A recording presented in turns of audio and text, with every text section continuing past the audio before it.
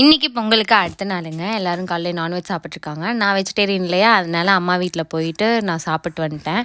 தம்பிக்கு ப்ரெக்னெண்ட்டாக இருக்கும்போது எனக்கு தைராய்டு வந்துச்சு. ஸோ தம்பி பிறந்தோடனே தைராய்டு டேப்லெட்லாம் ஸ்டாப் பண்ணிட்டோம். இப்போ ஒரு 6 மாதம் ஆச்சு. மறுபடியும் அதோடைய கொஞ்சம் எஃபெக்ட் வந்து காமிக்குது. அதனால் வந்துட்டு ஈரோட்டுக்கு போயிட்டோம். நானும் என் வீட்டுக்காரரும் ஹாஸ்பிட்டலில் காமிக்க.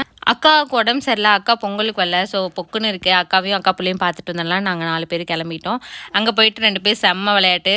பிரியும் போது பிரியா விடை பெற்று பிரிகிறாங்க 2 பேரும்.